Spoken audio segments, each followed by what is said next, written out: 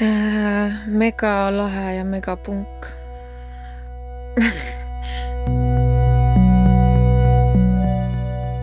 Ma õppisin balletikoolis, Nõmme muusikakoolis ka. Ja ma arvan, et mu ema oli selline hästi korralik ja õpetas mulle korralik olemist. Ja ma muidugi väga tahtsin vastanduda sellele. Nii et ma hakkasin suht vara nagu pidu panema, otsisin kõige nagu ossimad inimesed välja, kellega hängida ja siis jõlkusin erinevates imelikes kohtades. See on su ema või? Sul on telefon sees või?